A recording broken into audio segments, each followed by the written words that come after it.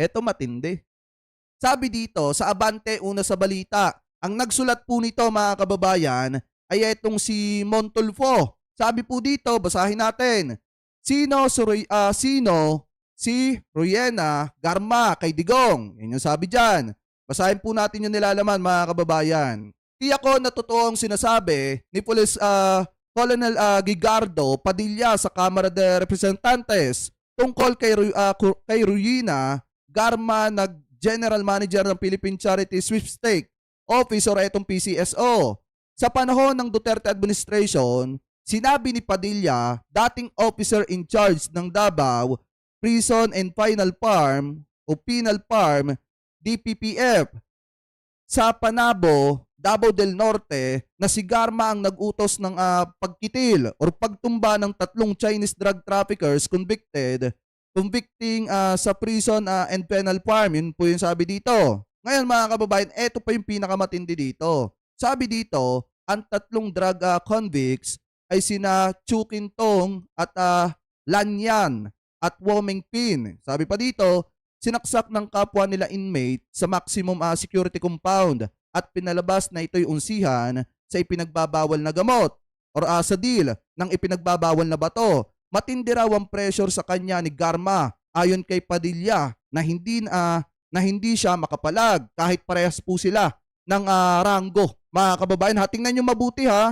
Si Garma kaparehas lang ng ranggo nitong si Padilla pero hindi po makapalag etong si Padilla sa utos nitong si Garma. Ngayon, basahin pa natin yung nilalaman pa. Sabi pa dito mga kababayan, eto daw, sa panahong yon, August 16, 2016, ay bagong halal ng presidente si Rodrigo Digong Duterte. Si Garma naman ay malakas at malapit kay Duterte. Ay binalaan di umano si Padilla nang dapat ay sumunod sa kanya whether you like it or not. Sabi pa dito, will be sorry dahil mananagot ka sa amin. Sasabihin ko mamaya kung bakit malakas si Garma kay Duterte. Si Garma noon ay hepe ng Central Visayas Regional Command ng Criminal Investigation and Detection Group or CIDG. Nakilala ng madla si Garma bilang General Manager ng PCSO. So ngayon, bakit nga ba naging General Manager ng PCSO etong si Garma? Ano nga ba yung malalim na ugnayan niya dito kay Duterte mga kababayan kung bakit siya yung pinili ni Duterte na maging General Manager ng PCSO kahit wala naman po siyang sapat na kaalaman mga kababayan sa pagiging isang General Manager ng PCSO at kahit hindi siya qualified. Ngayon, basahin pa po natin yung nilalaman. Sabi pa dito, eto daw, bago naging CIDG Chief ng Cebu, si Garma ay commander ng isa sa mga presinto ng Davao City. Ayaw sabihin ni Padilla sa mga mambabatas kung gaano kalapit si Garma kay Duterte at humihingi ito ng executive session upang doon niya ilahad ang lahat. Natanong kasi si Padilla kung bakit sinunod niya ang utos ni Garma noon samantalang pareho lang naman silang kolonel na magkaranggo. Ibig sabihin same lang yung ranggo nila mga kababayan. Ano po ngayon? Sabi pa dito, pues kung ayaw sabihin ni Padilla ang relasyon ni Garma kay Digong, ako na ang magsasabi. Ang dalawa ay magsyota. Ibig sabihin, etong si Garma mga kababayan ay isa sa mga babae nitong si Duterte di umano ayon po dito sa sinulat or inilabas na article nitong si Montulfo. Kaya naman pala mga kababayan, kung titingnan yung mabuti, di ba nung panahon ni Duterte, minsan hinahaplos-haplos niya mga kababayan, etong si Garma. Ano po yun naman pala mga kababayan, di umano ayon kay Montulfo, isa sa mga babae ni Digong etong si Garma, syota ni Digong. Mga kababayan, ano po sabi pa dito? Basahin pa natin. Isang araw, nang binisita ko si Digong sa Davao City, pinakilala sa akin si Garma sa isang restaurant. Naka-uniforme pa nga etong si Garma noon. Maraming girlfriend si Duterte na pinakilala sa akin bilang malapit niyang kaibigan. Ito daw mga kababayan.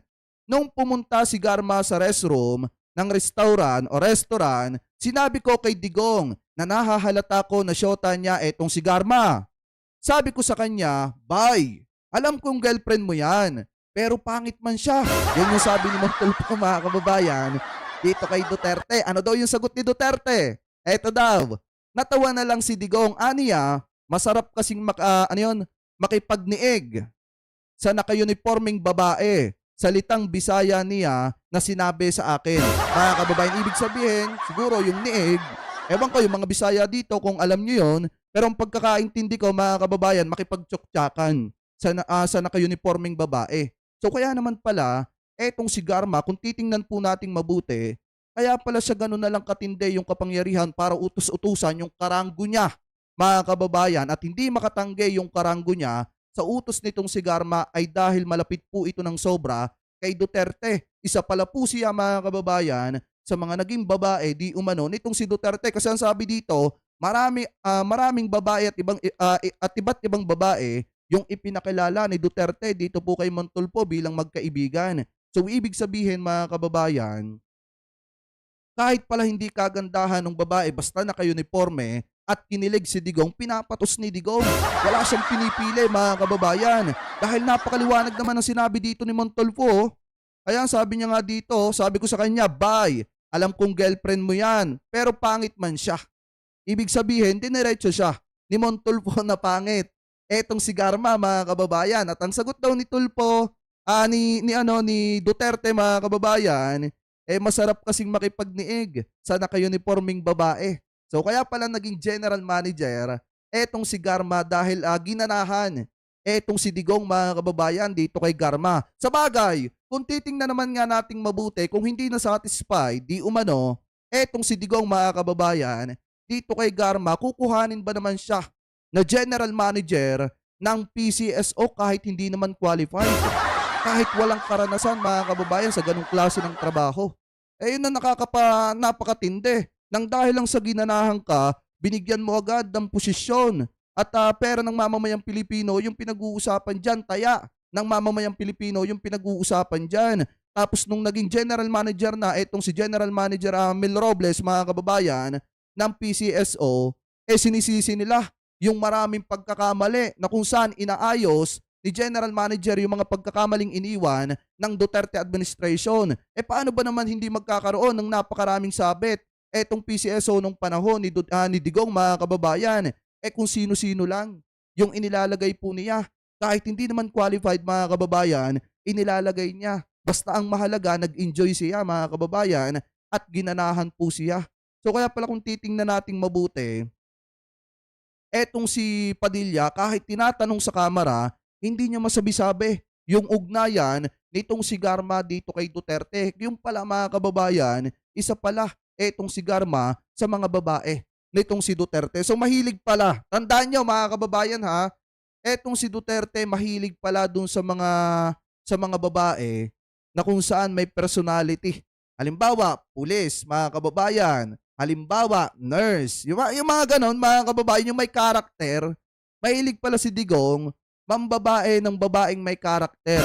Halimbawa, nurse. Ewan ko kung may kung may teacher pa, mga kababayan. Or may army pa. Ganun yung mga gusto ni Digong yung may personality, may karakter. Kasi nga naman, ayon sa kanya, pagka kasi naka-uniforme na babae, lalo na pagka syempre may pagka-snappy, talagang pinapatos niya. Kahit sabi nitong si Montulfo, na pangit man siya bay. Mga kababayan, anyway, maliwanag naman dyan na kaya etong si Garma, nagkaroon ng posisyon sa PCSO, naging general manager mga kababayan, dahil ginanahan etong si Digong, na satisfied etong si Digong mga kababayan, dito po kay Garma.